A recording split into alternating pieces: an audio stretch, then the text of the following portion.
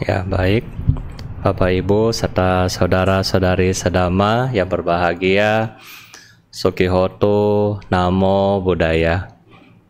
Ya, jadi pada malam hari ini kita melanjutkan topik meditasi kita.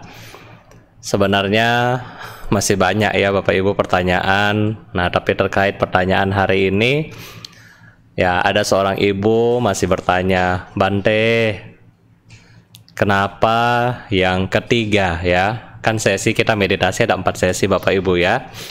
Sesi terhadap diri sendiri, kepada orang yang kita cintai, orang yang kita benci atau musuh-musuh kita, dan kepada pihak yang netral. Nah, tadi masih ada ibu-ibu masih bertanya, poin pertama gampang Bante, poin kedua gampang, ini Bante, nomor 3 susah ya. Jadi bagaimana dia bisa memaafkan orang yang sering melakukan hal-hal yang tidak menyenangkan bagi diri dia ya. Jadi selama ini mungkin si ibu merasa ini orang terdekat saya dan ya ini yang melakukan hal-hal yang mengecewakan saya. Nah itu ya.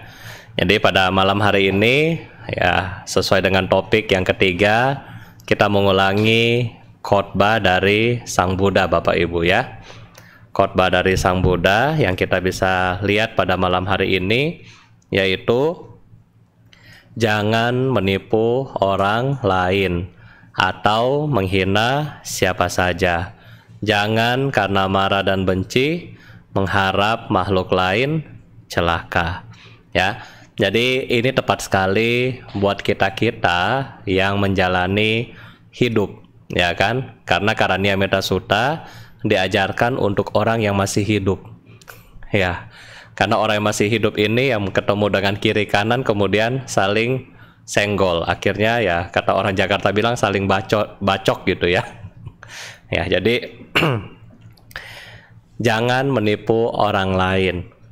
Bante tanya kepada Bapak Ibu, siapa yang ingin ditipu di sini? Apakah Bapak Ibu yang ada di rumah, nggak apa-apa Bante, saya bayar karma deh, saya ditipu nggak apa-apa ya, atau bagaimana menurut Anda? Kita nggak mau ditipu, oleh karena itu janganlah menipu. Kalau kita menipu ya kita sendiri yang akan menderita. Kita sendiri yang akan menderita ya. Kalau kita menipu orang lain, kita sendiri yang akan menderita. Kita sendiri yang akan punya musuh nanti.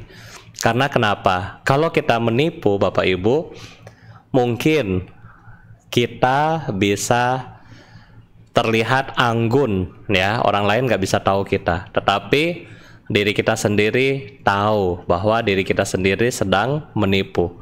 Diri kita sendiri sedang berbohong ya, walaupun mungkin orang nggak bisa tahu kita menipu dia, tetapi dalam hati kita sadari bahwa kita sedang menipu. Sama halnya pada hari ini ya, banyak dari anak-anak kita yang lulus dari sekolah ya, Bante mengucapkan selamat. Nah tetapi kalau kita waktu sekolah dulu kira-kira, kalau kita mendapatkan nilai dengan cara menipunya bagaimana? Menyontek. Nah kalau kita menyontek saat waktu kita sekolah dulu, secara nggak langsung memang Bapak Ibu guru kita di sekolah ya oke, Anda punya nilai yang baik, tetapi ya Anda tidak punya hasil atau experience dari pelajaran itu.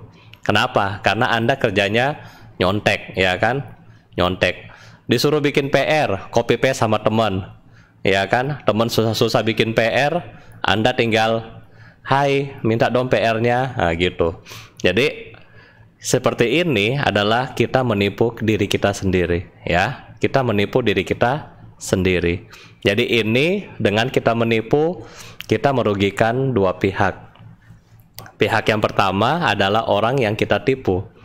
pihak yang kedua adalah diri kita sendiri. Jadi Buddha bilang jangan menipu orang lain. Poin yang berikutnya adalah jangan menghina siapa saja ya. Jangan menghina siapa saja. Siapa yang mau dihina di sini? Nggak mau ya. Kita semua rata-rata nggak mau lah dihina di sini ya. Karena kita semua lebih senang dipuji daripada dihina. Ya, nggak ada yang suka dihina di sini. Ya, tetapi kalau kita mulai menghina dengan kata-kata, kadang-kadang ada yang bilang ya, pisau dengan kata-kata lebih tajam bisa kata-kata ya. Nah itu, jadi kadang-kadang kita menggunakan lidah kita, pengetahuan kita, jangan menghina orang lain. Emang kita mau kalau kita dihina, kita juga nggak mau kalau dihina. Oleh karena itu, jangan menghina orang lain. Jadi yang pertama tadi, kita menipu. Menipu seperti kita melakukan pencurian ya, adinadana, dan berbohong ada di sini. Menghina, kita juga termasuk di sini berbohong ya, kata-kata yang kurang bagus untuk diucapkan, kurang pantas diucapkan. Yang berikutnya, jangan karena marah dan benci mengharapkan makhluk lain celaka. Jangan karena marah dan benci mengharapkan makhluk lain celaka. Maksudnya bagaimana Bante? Makhluk lain celaka. Terkadang kita sebagai orang yang lemah, ya kan? Kita mungkin kita berasa saya nggak bisa balas dia. Tetapi di dalam pikiran kita, di dalam batin kita, apa yang kita pikirkan? Ya semoga habis ini kamu jatuh di got misalnya. Semoga habis ini kamu ketabrak. Ya kan? Semoga habis ini kamu putus dengan pacar kamu dan seterusnya ya, itu ya. Jadi jangan karena marah dan benci sehingga kita mengharap orang lain atau makhluk lain celaka. Kadang-kadang kalau misalnya kita lagi kecurian, misalnya kan, barang Anda lagi diambil orang, Anda nggak bisa balas, Anda, udahlah. Tapi awas ya, pokoknya yang ambil contoh, yang ambil HP saya itu nanti sial. Sialnya bukan cuma 1 keturunan, 7 keturunan. Aduh, luar biasa ya bencinya ya. Gara-gara handphone, sumpahin orang 7 keturunan. Ya itu. Jadi kalau bisa, kita jangan punya pikiran kebencian. Kenapa? Kalau kita mempunyai ketiga ini Bapak Ibu, menipu orang lain, menghina siapa saja, dan kebencian di dalam batin kita, berarti kita akan sulit untuk mengembangkan cinta kasih. Ya, kita akan sulit untuk mengembangkan cinta kasih, kita akan sulit untuk mencapai konsentrasi, terutama dalam latihan cinta kasih. Kita akan sulit.